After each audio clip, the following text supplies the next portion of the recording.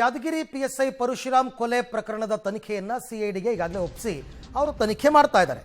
ಈಗ ಪರಶುರಾಮ್ ಬ್ಯಾಂಕ್ ಖಾತೆಯ ಮೇಲೆ ಸಿಐಡಿ ನಿಗಾ ಇಟ್ಟಿದೆಯಂತೆ.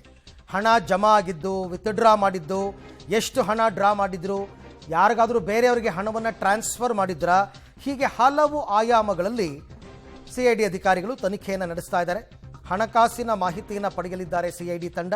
ಅದಕ್ಕೋಸ್ಕರ ಇವರ ಬ್ಯಾಂಕ್ ಅಕೌಂಟ್ ಗೊತ್ತಾಗಬೇಕು. ಅಕೌಂಟ್ ನಂಬರ್ ಗೊತ್ತಾದ ನಂತರ ಅವರು ಬ್ಯಾಂಕ್ ಅವ್ರನ್ನ ಅಪ್ರೋಚ್ ಮಾಡ್ತಾರೆ. ಅಪ್ರೋಚ್ ಮಾಡಿ ಅವ್ರದ್ದು ಪಾಸ್ಬುಕ್ ಎಂಟ್ರಿ ಏನೇನಿದೆ ಅದೆಲ್ಲ ಕೊಡಿ ಡೀಟೇಲ್ಸ್ ಅಂತ ಹೇಳ್ತಾರೆ.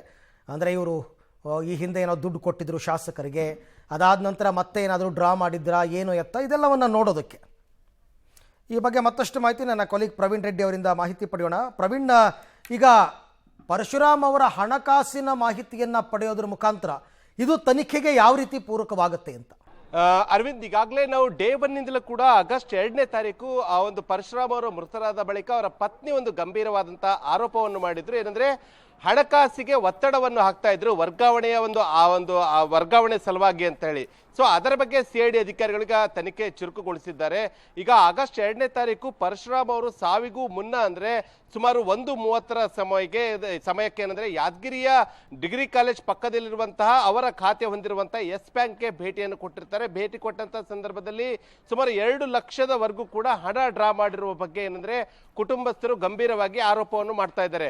ಅದೇ ರೀತಿಯಾಗಿ ಆ ಒಂದು ಹಣ ಬ್ಯಾಂಕ್ನಲ್ಲಿ ಡ್ರಾ ಮಾಡಿದ ಬಳಿಕವೂ ಕೂಡ ಕೆಳಗಡೆ ಬಂದಂತಹ ಒಂದು ಪರಶುರಾಮ್ ಅವರು ಏನಂದ್ರೆ ಅಲ್ಲಿರುವಂತಹ ATM ನಲ್ಲೂ ಕೂಡ ಹಣ ಡ್ರಾ ಮಾಡಿರುವ ಬಗ್ಗೆ ಹಲವು ಸಾಕ್ಷ್ಯಗಳು ಈಗಾಗಲೇ ಸಿಐಡಿ ಅಧಿಕಾರಿಗಳಿಗೆ ಲಭ್ಯವಾಗಿವೆ. ಹೀಗಾಗಿ ಪರಶುರಾಮ್ ಅವರು ಅಷ್ಟು ಅಂದ್ರೆ ಸುಮಾರು 2 ಲಕ್ಷ ರೂಪಾಯಿಯಷ್ಟು ಹಣ ಯಾಕೆ ಡ್ರಾ ಮಾಡಿದ್ರು ಎಂಬ ಪ್ರಶ್ನೆ, ಆ ಒಂದು ಪ್ರಶ್ನೆಗೆ ಉತ್ತರ ಹುಡುಕುವಲ್ಲಿ ಈಗ ಸಿಐಡಿ ಅಧಿಕಾರಿಗಳು ಮುಂದೆ ಆಗಿದ್ದು ಏನಂದ್ರೆ, ಸೊ ಇವತ್ತು ಪರಶುರಾಮ್ ಅವರ ಕುಟುಂಬಸ್ಥರನ್ನು ಕೂಡ ಈಗಾಗಲೇ ಯಾದಗಿರಿಯ ಅವರ ಸಿಐಡಿ ಕಚೇರಿಗೆ ಈಗಾಗಲೇ ಕರೆಸಿಕೊಂಡಿದ್ದು, ಈ ರೀತಿಯಾಗಿ ಪ್ರಮುಖವಾಗಿ ಹಣ ವರ್ಗಾವಣೆಯ ಬಗ್ಗೆ ಪರಶುರಾಮ್ ಅವರು ಏನಾದರೂ ಕುಟುಂಬಸ್ಥರಿಗೆ ಮಾಹಿತಿ ಕೊಟ್ಟಿದ್ರಾ ಎಂಬುದರ ಬಗ್ಗೆ, ಏನಂದ್ರೆ ವರ್ಗಾವಣೆ ಸಲುವಾಗಿ ಯಾರಿಗಾದ್ರೂ ದುಡ್ಡು ಕೊಡೋದಿತ್ತಾ, ಅದರ ಸಲುವಾಗಿ ಹಣ ಬೇಕಾಗಿತ್ತಾ ಎಂಬುದರ ಬಗ್ಗೆ ಕೂಡ ಹಲವು ಪ್ರಶ್ನೆಗಳನ್ನು ಈಗಾಗಲೇ ಸಿಐಡಿ ಅಧಿಕಾರಿಗಳು ಪ್ರಶ್ನೆ ಸಿದ್ಧ ಮಾಡಿಕೊಂಡಿದ್ದು. ಈಗ ಯಾದಗಿರಿಯ ಒಂದು ಸಿಐಡಿ ಕಚೇರಿಗೆ ಈಗ ಅವರ ಕುಟುಂಬಸ್ಥರು ಕೂಡ ಆಗಮಿಸಿದ್ದಾರೆ. ಅಂದ್ರೆ ಪರಶುರಾಮ್ ಅವರ ಸಹೋದರ ಹನುಮಂತ್ ಸೇರಿದಂತೆ ಇನ್ನಿತರ ಕುಟುಂಬ ಸದಸ್ಯರು ಕೂಡ ಈಗ ಸಿಐಡಿ ಅಧಿಕಾರಿಗಳ ಮುಂದೆ ಹಾಜರಾಗಲಿದ್ದು, ಮಧ್ಯಾಹ್ನ 3 ಗಂಟೆವರೆಗೂ ಕೂಡ ಅವರ ಒಂದು ವಿಚಾರಣೆ ನಡೆಯಲಿದೆ, ಅಂದ್ರೆ ಹಣ ವರ್ಗಾವಣೆ ರಿಲೇಟೆಡ್ ಆಗಿ. ಅರವಿಂದ್.